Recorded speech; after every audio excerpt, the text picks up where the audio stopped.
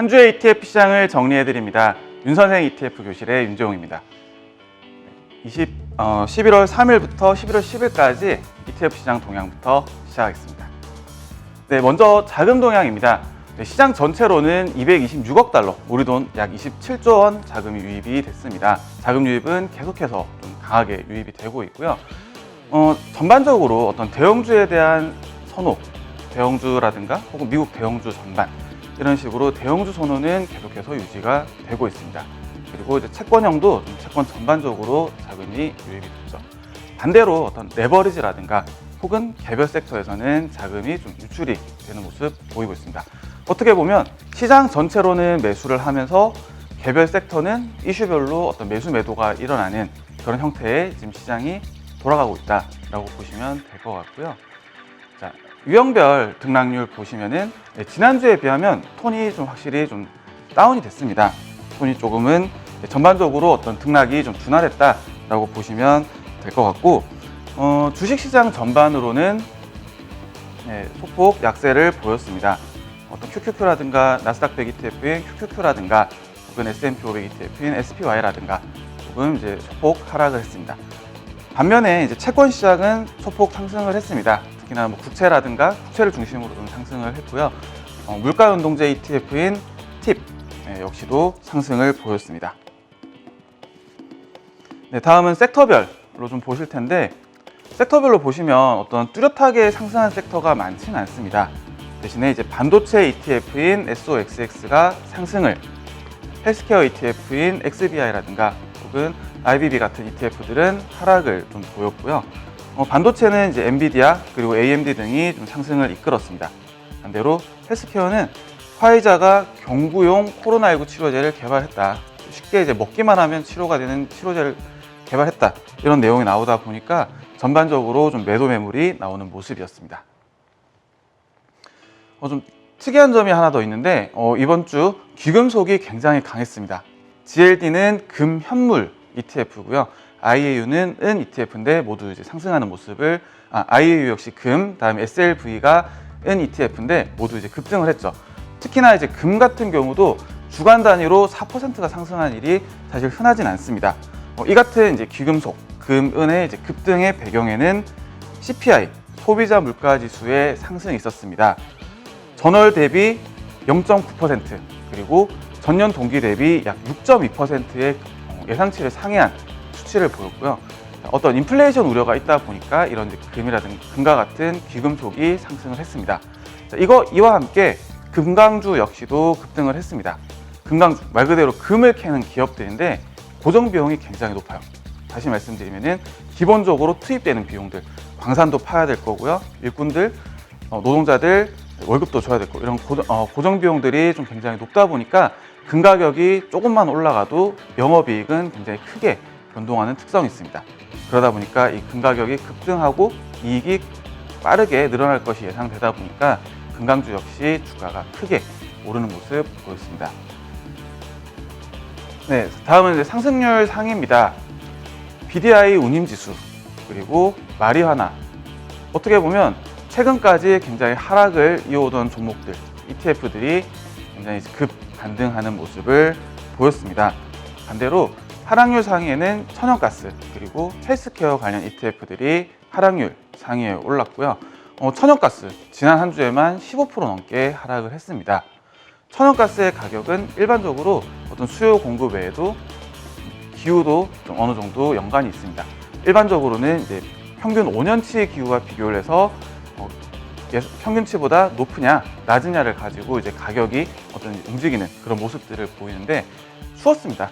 물론 굉장히 추웠죠. 저 역시도 이제 지난주까지 여름 정장 입고 다니다가 급하게 이제 겨울 코트를 입고 이제 출퇴근을 하고 있을 정도로 춥고, 예상치도 굉장히 추울 거다라고 얘기는 하고 있습니다.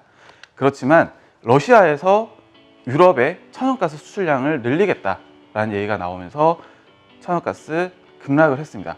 최근에 이제 굉장히 이제 급등락을 하고 있는 모습을 보이는데, 어떤 이제 러시아가 이 공급량을 또 실제로 늘릴 것이냐, 혹은 늘린다고 했을 때 언제까지 늘릴 것이냐, 이거에 따라서 어떤 가격 등락이 상당 기간 반복될 가능성이 좀 굉장히 높아 보입니다. 네, 이번 주 특집, 지난주에 이어서 또다시 미국 배당 ETF를 다뤘습니다. 사실은 이제 다른 주제를 조금 준비를 하고 있었는데요. 실시간 댓글 중에 이런 내용이 있더라고요. 계속 언급하는 거 뭐 좀 좋은 이유가 있지 않겠냐. 이 댓글을 보고 이번 주에는 좀 배당을 좀 다뤄봐야 되겠다 좀 생각을 했었고요. 위에 이제 뱃살볼살 찐다는 말도 저한테 하시는 말씀인 줄 알고 조금 뜨끔했어요.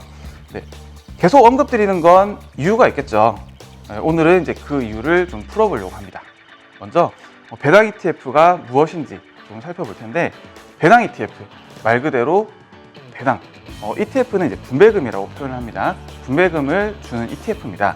이제 화면 좀 자세히 보시게 되면 오른쪽에 배당금 지급받은 게 나오죠. 빨간 박스 안에 있는 게 이제 배당금 지급받은 겁니다.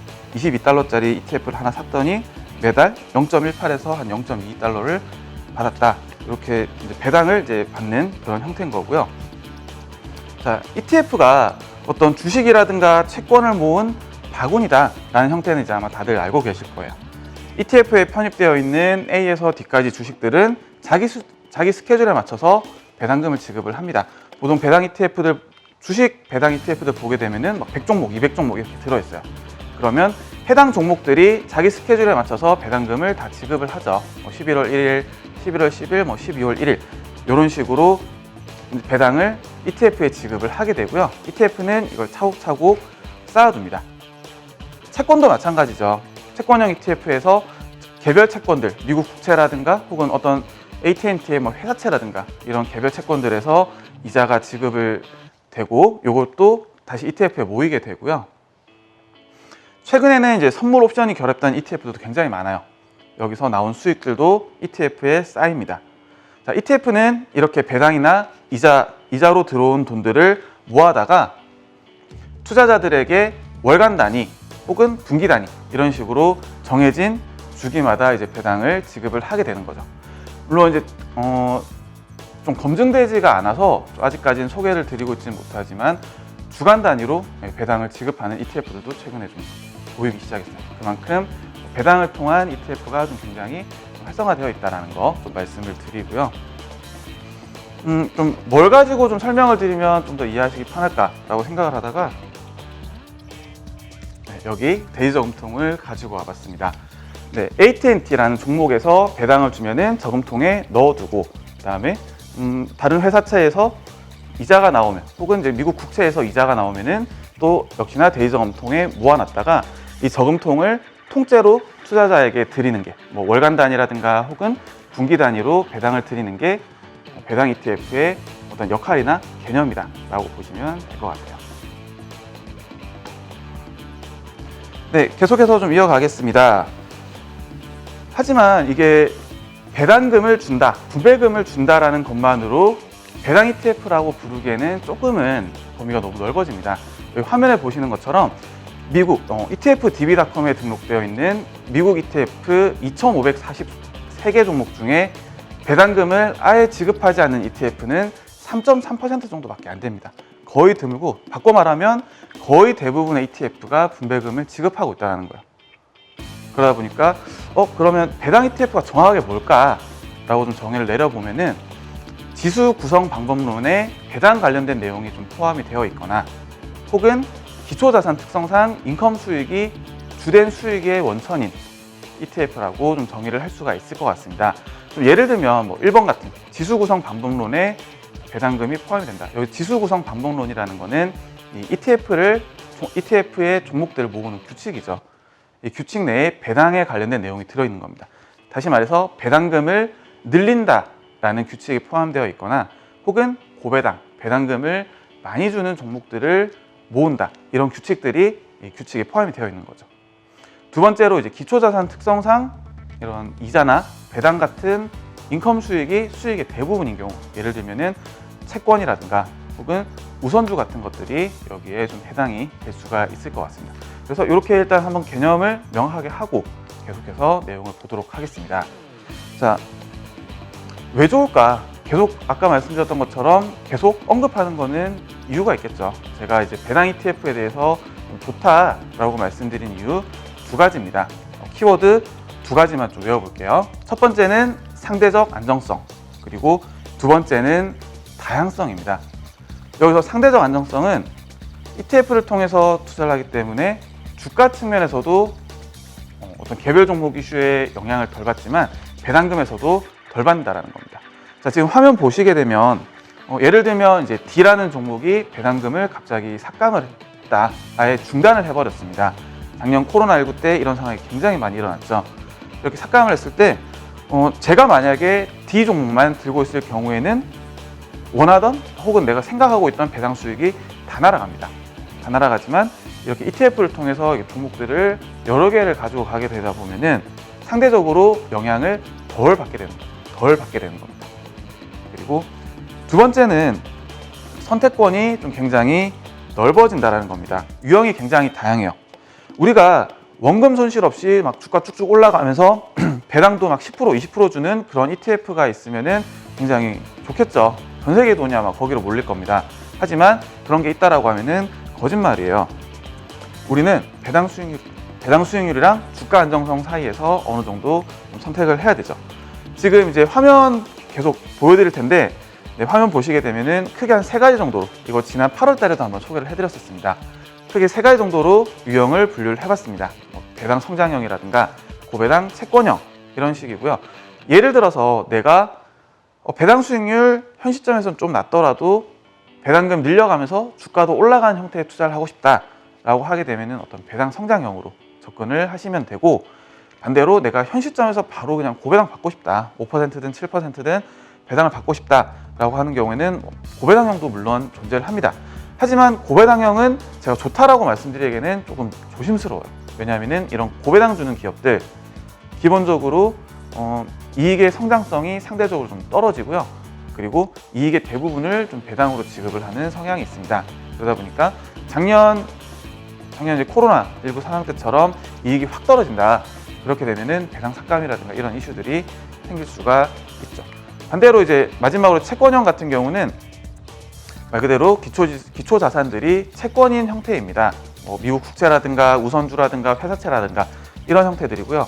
이런 채권형 ETF의 경우에는 기본적으로 주가가 쭉쭉쭉 올라가는 그런 형태는 아니에요.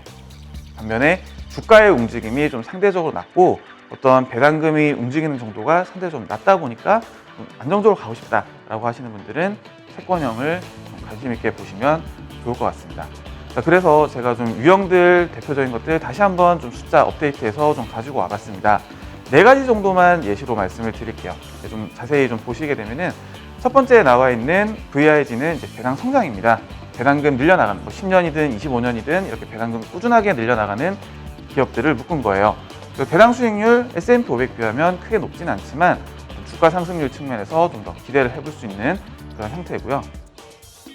자, 만약에 이제 금리가 올라간다, 시장 금리 계속 올라가고 경기가 개선이 된다라고 할 때 가장 먼저 떠올릴 수 있는 것들이 금융주, 그리고 그 금융주 내에서도 은행주일 겁니다. 그래서 은행주 같은 경우는 KBE라든가 KBWD 이런 ETF들이 대표적인 형태로 대략 2%에서 3%대 정도의 배당을 분기 단위로 좀 지급을 하고 있어요. 자, 그리고 내가 고배당 받겠다, 굳이 가급적이면 커버드콜 형태로 좀 접근하십사 말씀을 드리고 있습니다. 물론 이 커버드콜 형태에 대해서 주가가 못 올라가고 상대적으로 덜 올라가고요. 반대적으로 주가 지수 빠질 때 똑같이 빠진다, 이런 것들에 대해서는 좀 굉장히 좀 비판적으로 보시는 분들도 많지만, 저는 적어도 고배당을 내가 만약 받겠다라고 했을 때는 적어도 이제 지수 대비해서 덜 터지는 형태로 접근을 하는 게 좀 좋을 것 같습니다. 특히나 QRD 같은 이제 커버드콜 ETF는 역시나 이제 월배당 형태로 배당금을 좀 지급을 해드리고 있어요. 자, 마지막으로 우선주 형태도 좀 말씀을 드려보겠습니다. 우선주 형태 같은 경우는 국내 우선주랑은 조금 달라요. 고정배당 우선주들이 많고 채권 형태다 보니까 상대적으로 변동성은 좀 낮은 편입니다. 대략 4에서 5%대 정도 월간 배당 좀 지급을 하고 있고요. 물론 주가 상승은 상대적으로 굉장히 낮은 편이라는 것도 좀 기억을 해주시면 좋을 것 같습니다. 네, 정리하면 이제 배당 ETF는 주로 배당에 포커스가 된 어떤 지수 방법론이라든가 수익의 원천에 있어서 배당에 포커스가 된 ETF다라고 기억을 하시면 되고요. 그리고 두 번째로는 주식이랑 동일하게 거래가 됩니다. 똑같은 ETF예요. ETF인데 배당의 성격이 좀 더 강한 형태고요. 그러다 보니까 어떤 국내든 해외든 일반 주식 혹은 일반적인 ETF랑 동일하게 거래를 할 수 있다는 점도 말씀을 드리고요. 마지막으로 이제 주된 목적이 뭐냐, 왜 우리가 배당 ETF에 관심을 가져야 되냐라는 거는, 물론 이제 주가가 쭉쭉 올라가는 컨셉은 아니지만 내가 포트의 일정 부분 가져가면서 꾸준한 어떤 현금 흐름을 만드는 형태의 투자를 하고 싶은, 우리가 월세 받고 싶어서 오피스텔에 투자를 하든 오피스텔이라든가 상가에 투자를 하는 것처럼 주식으로도 가능하다. 그리고 좀 더 안정성을 높이는 측면에서 배당 ETF로 접근이 가능하다라는 거까지만 기억해 두시면 될 것 같습니다. 네, 저 포함해서 지금 어떤 실시간 댓글이라든가 어떤 영상 댓글 이런 것들 좀 꼼꼼하게 다 확인을 하고 있으니까요. ETF 관련해서 궁금한 사항 댓글로 남겨주시면 제가 또 한번 정리해서 안내드리는 시간 가져보도록 하겠습니다. 네, 윤선생 ETF 교실 이번 주 내용은 여기까지고요. 다음 주에 다시 되돌아오겠습니다. 윤선생이었습니다.